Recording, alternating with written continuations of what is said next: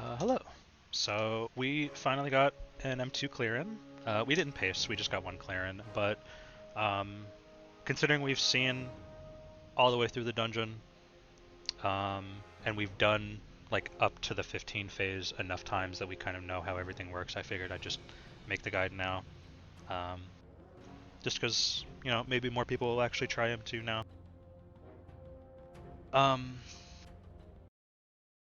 so, explanation of this first phase. Oh, well, before we do that, let's go into who's playing what. Archon and Funk are our tanks. Archon is Runemaster, Funk is Ave. Our healers are Pizza and Helly, who are both playing Lightbinders. I am on Hyro. Shadow Dragon, DJ, is on Ball. Efree started on Dat and then swapped to PA. LM is our Summy. Deech is our MH, and Varge is on GI. So all you need to know about this intro phase is that it's kind of like Imp 3. We all pick a corner to hide in and just kill ads. You kind of want to make sure that you don't leave any gaps in because ads can spawn in here. They spawn in the middle of each corner. So after you kill a certain amount of ads, a sigil will spawn in a random corner. And then when all four corners have a sigil, you'll get this message that says all sigils have appeared. Destroy them immediately. At this point, the sigils will start auto-attacking, and each sigil has its own aura that it's giving the ads. So I think one of them gives them armor, one of them gives them damage, one of them gives them attack speed, and then I don't know what the fourth one does. It doesn't matter too much. As long as you have tanky people in the front and you don't have any holes in the back, it doesn't really matter. Weird recording error there. So whenever sigils die in this pre-phase, they do an arena-wide magic damage hit. So you can use Crown to absorb it. If you're tanky enough with MR, you can just tank the hit. After you kill the sigil in your corner, we have one of our tanks. You'll see him. He runs out there. He taunts so all the ads get pulled away, and then everyone moves to the next corner. We all pile in, we kill that sigil, and then we just repeat corner to corner to corner. Something worth mentioning is that there is a limit to how many ads can be alive, so when you're trying to get out of a corner, it can be beneficial to not kill the ads just so that they're stuck on the tank, because if you kill an ad, it might spawn in the corner that you're going to and start hitting people. But yeah, it's just go to a corner, kill a sigil, have the tank taunt the ads out so you can move to the next one. On the third sigil, I choose to reset. One, because I won't need reset for a while, and then two, it helps us get out of this phase faster. Because this phase can cause a lot of random deaths from people just getting hit by random ads. So then we have roleplay. We have this little intro roleplay. So just to give a quick rundown of what this boss does. She has a mana bar. She's like Dusk in M1, where when her mana bar is full and the next time she hits something with an auto attack, she will try to cast her main spell. In M1, it was Dusk's Lasers. In this one, it is a 500 range pure damage AoE that I think hits for 40k.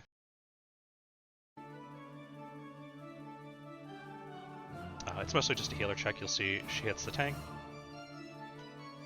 All the melee got hit for half their health. So this first phase is just kind of getting her to a corner and just doing damage. So at 75, I should mention her phases are 75, 50, 25, and 15. So at 75, she is going to pick a random corner to spawn her first sigil in. We think there might be a method to determine what corner the first sigil is going to spawn in. I think it's probably pure random, but it also doesn't matter too much because the 75 phase is easy enough that no matter where the sigil spawns, you can play around it. But the first sigil will be lightning. So our first sigil is bottom right and is the lightning sigil. So a quick spoiler to the phases. Every time we phase her, she's going to summon one more sigil, and the sigils are going to be spawned clockwise. So the first sigil is the lightning sigil in bottom right. At 50, we are going to get the lightning and fire sigils. At 25, we are going to get lightning, fire, and corruption. And then at 15, we're going to get lightning, fire, corruption, and protection. That's all the sigils. So I'll explain the other sigils later, but let's just go through one phase now. So the lightning sigils bottom right. Another thing worth mentioning is the boss has phase damage, kind of like how in Imp 3 the boss does phase damage when he summons adds, which just means no one should be near the boss except for the tank. The tank could even, and I think we do this at 15, the tank can even like run away from the boss to let the phase damage go off and then run back in to tank her. But anyway. So the lightning sigil. Each one of these sigils does something while it's alive, and it does something when it dies. And then when any of them die, they will spawn 5 of the adds from phase 1. We just call them hounds just because, yeah, it's like Imp 3 hounds. So the Chain Lightning, what it does when it's alive is that when its mana bar is full, it will cast a Chain Lightning that will hit everyone in the arena. I'm not going to go into exactly how much damage it does, but I will say that it hits hard enough that you probably don't want to be doing this dungeon without an MR item.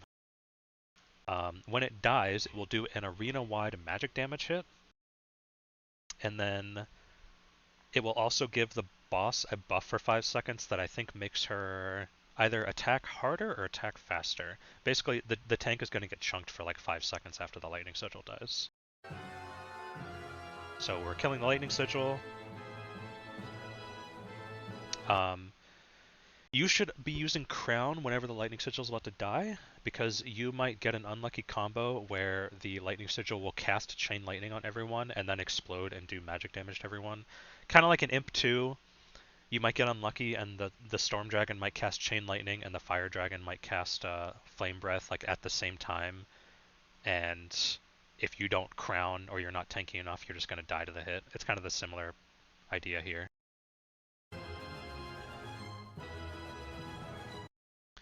So Lightning Sigil died. You'll see that anyone that didn't Crown got hit. So like I got hit for, I think like 30k. Tank got hit. There's a big lightning bolt on the boss to signify that she has the buff now, and there's 5 adds. So for the adds, they do hit kind of hard. So it is important that if you cannot tank melee hits from the adds, you should not be kind of like near the corner when it's about to die. However, we do have LBW to blind them, we have Tank Blood to blind them, we have Glow to make everyone immune when the adds spawn. So, just make sure that you don't die to adds. And like I said, Lightning Sigil died, so the tank is going to get chunked here. Me as the Hyro, I'm going to be focusing the tank. One of our healers is also focusing more on the tank, and the other healer is focusing more on the group.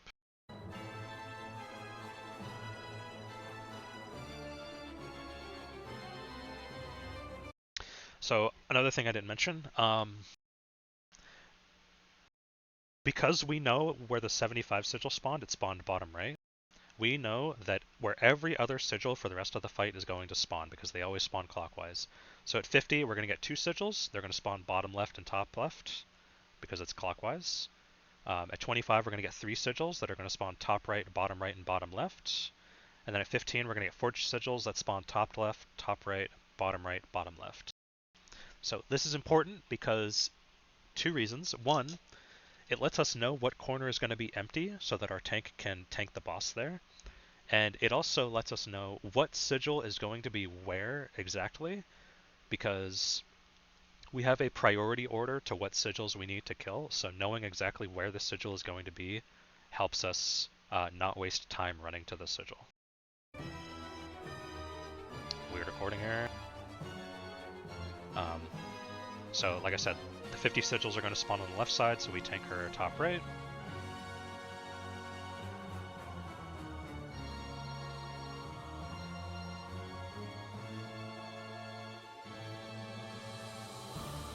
Okay, so at 50, these sigils will always spawn in the order of lightning, fire, corruption, and protection. So we know that the first sigil is going to be lightning and the second sigil is going to be fire. What the Fire Sigil does is it gives mana regen to the Lightning Sigil and the boss. What that means is that the Lightning Sigil is going to cast Chain Lightnings more often, and the boss is going to do her pure damage AoE more often. When it dies, it also gives the boss a attack damage or attack speed buff like the Lightning Sigil does. I don't remember exactly which, but just like Lightning Sigil, when Fire Sigil dies, the tank is going to get chunked for like 5 seconds.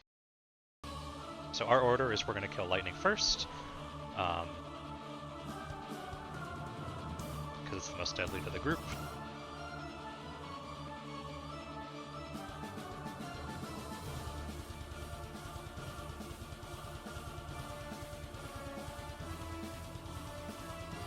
The ads are dead, we're going to move to the Fire Sigil. One thing I forgot to mention, I think I mentioned in the pre-phase, all of the Sigils auto-attack, so you want to be sure that unless you can actually tank Sigil auto-attacks, you should not be the first person running up to the Sigil. Another weird recording.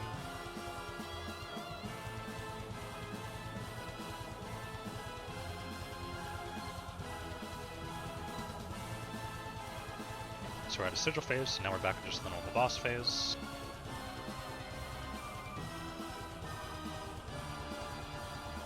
So right now, we need to reposition the boss again because since the last Sigil was top left, that means the next 3 are going to be top right, bottom left, and it's going to be Lightning top right, Fire bottom right, Corruption bottom left. So that means that we need to tank the boss top left.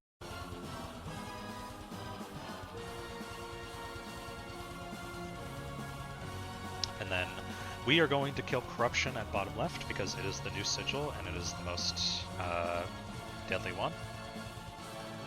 So Corruption Sigil drains % health and mana of everyone in the arena. It's the green one. It drains % health and mana of everyone per second. I think it's like 2% per second.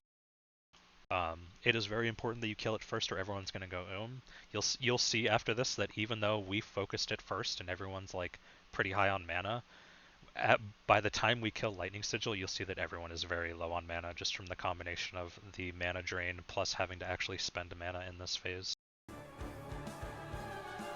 When Corruption Sigil dies, it makes all of us move, I think it's 99%, it's an absolute slow, 99% slow for 3 or 5 seconds.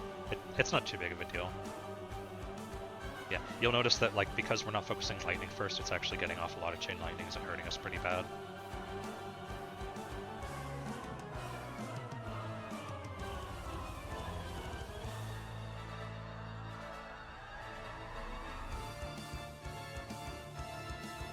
Okay, so at this point, we're kind of just chilling.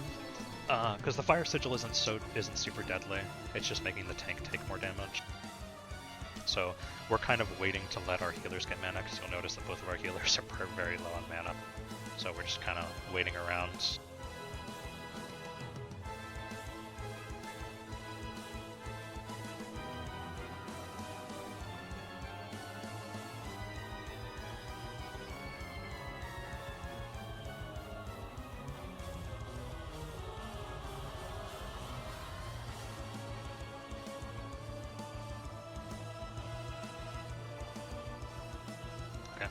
So we paused here for about 2 minutes because we were just discussing what we're gonna do. I'm gonna skip this just because we're just discussing what we're gonna do, but I'm just gonna tell you what we did. So going off of clockwise, we know that for 15 we're going to have Lightning top left, Fire top right, Corruption bottom right, and Protection, which is the new one, bottom left. Protection, what it does is it gives the boss max armor and max magic resist. It's basically you cannot hurt the boss until Protection dies. When Protection dies, it, I believe, stuns everyone for 2 seconds.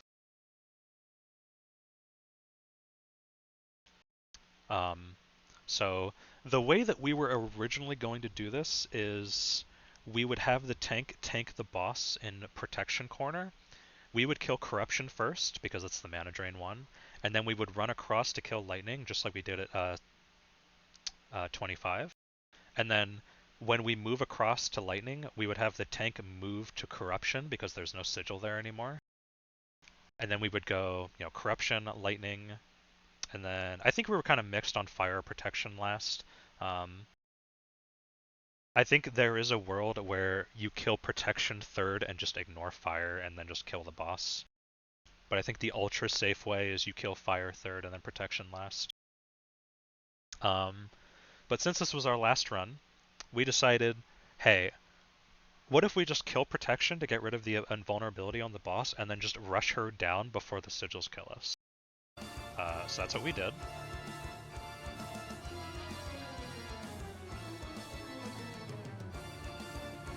We're kind of just sitting around letting people get mana some more. I'm asking when we want reset.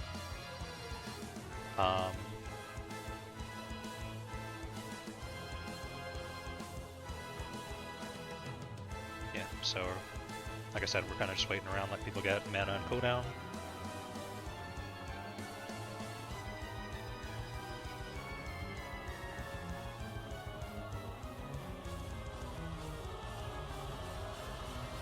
So one thing you'll notice is Archon is running away from the boss. Like I said earlier, just like in Imp 3, the boss does phase damage, and it hits, I think it hits harder every time we go into the next phase. So he is actually running away from the boss for the sigils to spawn and the boss to do phase damage, and then he's going to run back in to tank her. You'll notice Protection Sigil is this orange one, Lightning, Fire, Corruption. So he runs back in, he's going to go tank the boss. We're going to kill Protection, everyone's going to get stunned for 2 seconds. We're going to murder all the ads. And then at this point, the boss isn't invulnerable anymore, so we just decide to rush the boss down, and you'll see that her health just absolutely melts.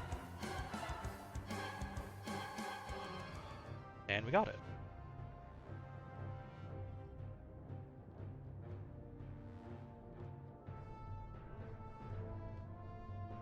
Yep. And a couple people got a new item. So yeah, that is the dungeon. The boss herself doesn't really do much outside of the sigil phase. Like, the hardest part of this dungeon is the sigil phases. You need to know where they're going to spawn. You need to have a plan for what to do whenever a sigil dies. Your healers have to be very aware of when the sigils are dying, because when the sigil dies, that's kind of when everyone takes the most damage. And yeah, that's it really. This was our first clear. Hopefully we get a pace sometime soon.